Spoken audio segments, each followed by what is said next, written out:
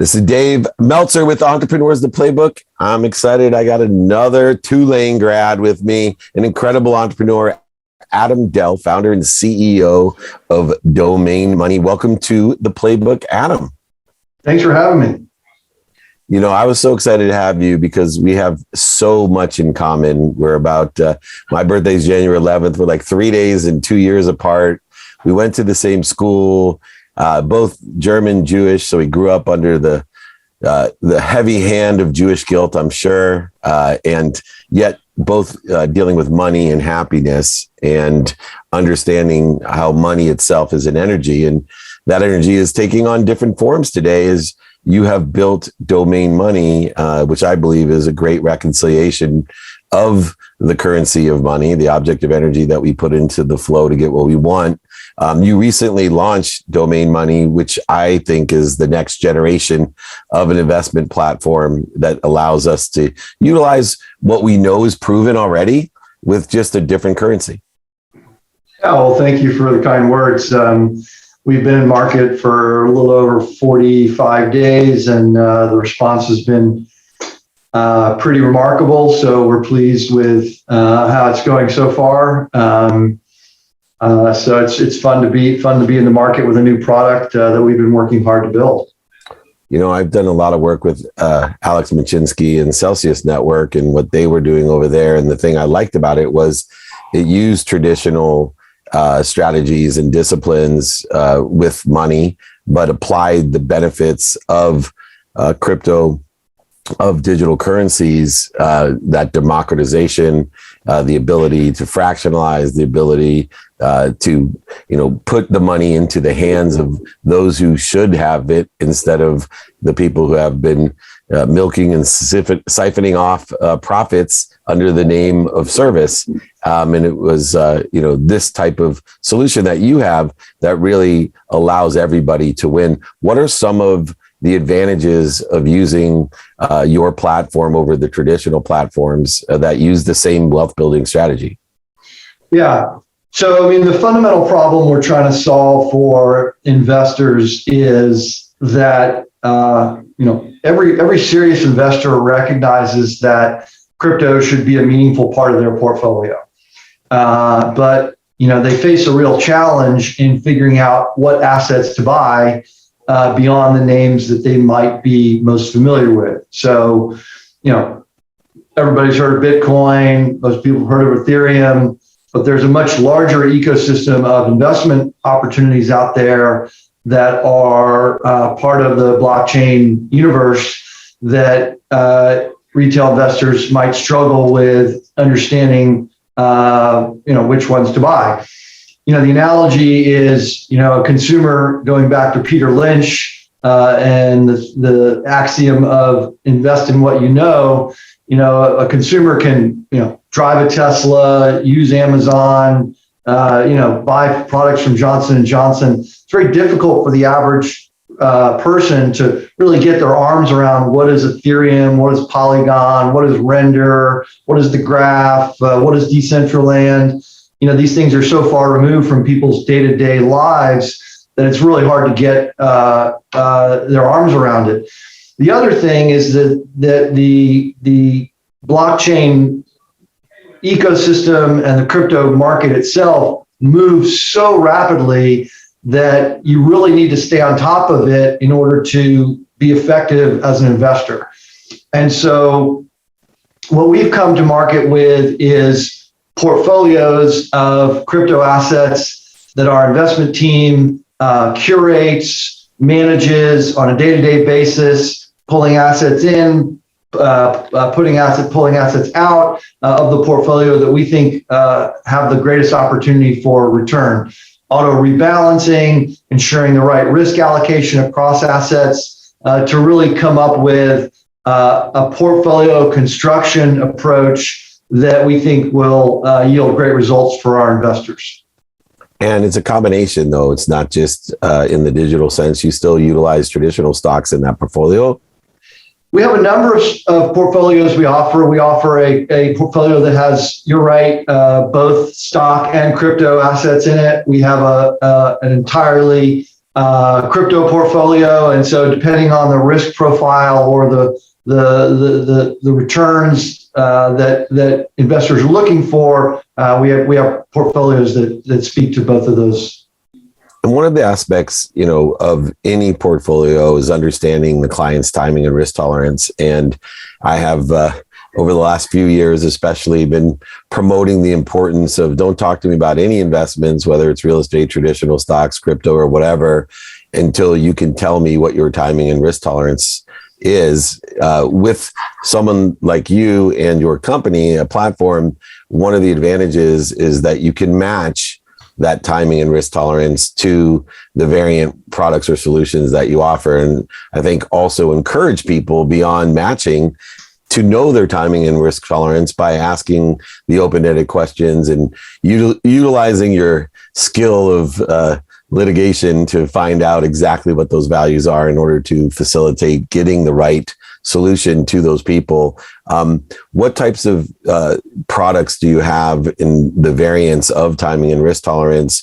Is it all long-term holds, or how do in what products do you offer today that will align with people's timing and risk tolerance? Yeah, it's a great point. And you're right. We do ask a number of profiling questions to ascertain your risk tolerance, your investment horizon, and really what your goals are. And we recommend a series of portfolios that speak to those responses. We have a technology heavy S&P 500 like proxy for a fund that gives investors exposure to traditional equities, but it's very, as I said, weighted toward technology leaders. We have a strategy called Domain Access, which is 80% stocks, 20% crypto. It's a great vehicle for people who just want to dip their toe into the crypto market. We have a strategy that is 50% stocks, 50% crypto for those who want a bit more exposure to crypto. And of course, we have a 100% crypto portfolio for people who are really further down the path of wanting to go heavy into this asset class. We've also launched a thematic strategy called Domain Metaverse, which includes both stocks and crypto. And it's really investing in the building blocks of technologies and protocols that are necessary to stand up the coming metaverse. One of the things that the Domain Metaverse strategy focuses on is infrastructure. And that's a key part of how we think about investing. So let me explain that a little bit more. Rather than providing the picks, rather than making a bet on any one company, we're trying to provide the pixes and axes that are required to stand up these ecosystems. So we've made a number of investments within the Domain Metaverse portfolio into Qualcomm, NVIDIA, Snap, companies that are part of the ecosystem that's necessary to stand up these technologies. And on the crypto side of it, we've invested in things like the Graph and Render, which are distributed computing and technologies that are, again, bets on the infrastructure of the metaverse. Yeah, and those picks, axes, shovels is the more conservative and time-tested approach in kind of a pre-chasm currency or a pre-chasm platform. One of the things that, looking in your history, you have a great understanding of three areas that I think will make domain money. And I think it's incorporated in the idea and the name even, is it's not just understanding a market, it's understanding the market makers as well, and the margins that are available. And I see a lot of people preach or teach the market side of it, but without understanding who the market makers are and the margins, we wonder, what statistical success we could have. You have a great background in all three. With the new realm of the metaverse, for example, where you have an unknown, even market with an unlimited supply of markets, and a variable that, hasn't been available. For example, if we were looking at traditional infrastructure or real estate, we only have so much land in America. There is almost so much land on, South Mission Beach at the boardwalk. Nobody can duplicate a second universe or a third. How do you see the markets, the market makers, and the margins changing with, the digital currencies and the metaverse? Yeah, well, I appreciate that comment. You're right. I came to be interested in blockchain technologies through my own personal experience of building one of the largest digital banks in the United States. So before founding Domain Money, I was a partner at Goldman Sachs, where I was responsible for building out Goldman's consumer-facing bank.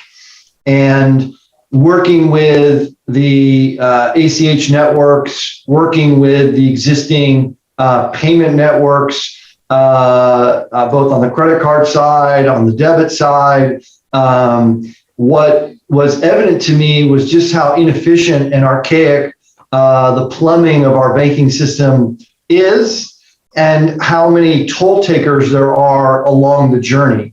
And when I say journey, I mean, you, David, you go into your local grocery store, you buy a carton of milk, you swipe your credit card, you go on your way, you have a nice, lovely day. That transaction is seamless to you and instant, but the number of hops and parties along the journey to consummate that transaction are quite significant and and it take a bit of time. The average ACH transaction takes 2 days to settle and costs $2. And the same transaction can be accomplished on blockchain in 2 seconds for a 40th of a penny. That delta is so significant that to me, it was the inevitability light bulb went off in my head that these technologies are going to replace the plumbing of our banking system. And in fact, it's my view that blockchains are the operating system of finance going forward. As it relates to your question about the metaverse and sort of an infinite space, in the same way that the internet is a vast and unbounded opportunity set, we believe that blockchains represent the next chapter in tectonic computing platforms. In the same way that the Googles, the Apples, the Amazons of the world have been able to capture significant market share of the real estate of the internet, for lack of a better analogy. We think that blockchains and the companies that will build applications, layer 2 protocols on top of layer 1s that will emerge over the next decade, have the opportunity to become the next, massive, owners of virtual real estate. You'll excuse the analogy because I know it drives right into the metaverse world, but you get the point. What's exciting about these technologies is, as an investor, it used to be the case that a new technology comes along and either you have to be a venture capitalist or your next door neighbor has to be the entrepreneur who's starting it, or you have to wait for these companies to go public in order for you to invest in them. That's not the case with cryptocurrencies. You can invest today in the technologies and projects out there that will make up the next great computing platform. And that's a very exciting thing to be able to get in so early on these opportunities. And it is quite early. The promise of the metaverse is something that I would say is probably 5 to 7 years away from fruition. But if you're an investor, that's kind of where you want to be, because you want to set yourself up for the long term. And so, our investment strategies, our investment approach is really geared toward that long-term mentality. So to answer your earlier question, we're not trying to build funds that have, immediate quick returns, although, that's certainly a good thing for some investors. but the thematic bets we're making and the research we're doing around the developer community, the number of use cases, the commercial utility, studying transaction volumes on various networks. Those are all things that are measuring the long-term implications of these platforms. And we've gotten quite close to the blockchain and cryptocurrency ecosystem and feel like we have a good handle on where the opportunity set is. Well, I'm so excited about Domain Money because I look for people with not only the skills, but the knowledge of what and who is aligned with the desire that they must be what they can be. I'm going to ask a personal question to finish up. And you and I have one more thing in common, is that we are under the constraints of being compared to our brothers. I have multiple brothers, all went to the Ivy Leagues, all graduated summa cum laude, but one's a rabbi. And if you think you have it bad for having a significant brother, try having a rabbi as a brother in the situation that we grew up in. So I wanted to ask you, to that matter, how much influence, either as a sibling rivalry or supportive sibling, has your relationship with your brother, who has obviously had significant success like you, but probably has a little bit bigger brand of his name, not your last name, which is a big brand, but his first name combined with it. Has that relationship had any impact on your success or created any sort of mindset that you find has been extremely beneficial? Because beyond my brother being a rabbi, and I know God's on my side now for all my screw ups, he has pushed me because I'm always striving to do better than my brother. I was hoping you may be able to share, because there's a lot of entrepreneurs that do create those comparisons and competitions within the context of their own familiar relationships, how that has impacted you.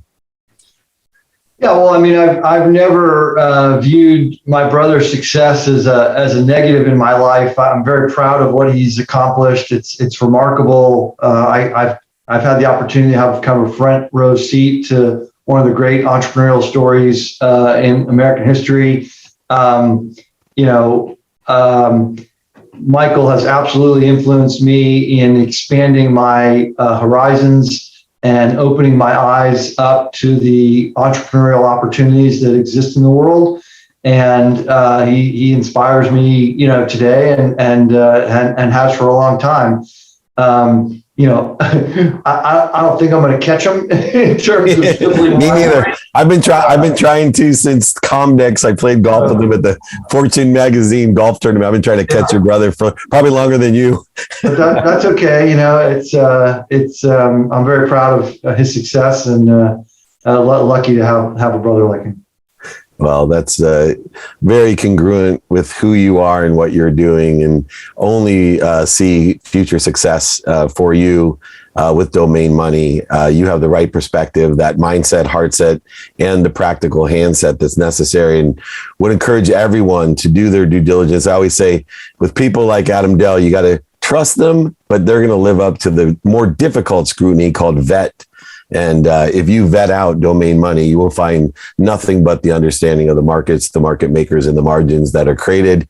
What a great view or vision into the future by having you on here. Thank you so much, Adam. I certainly appreciate your time.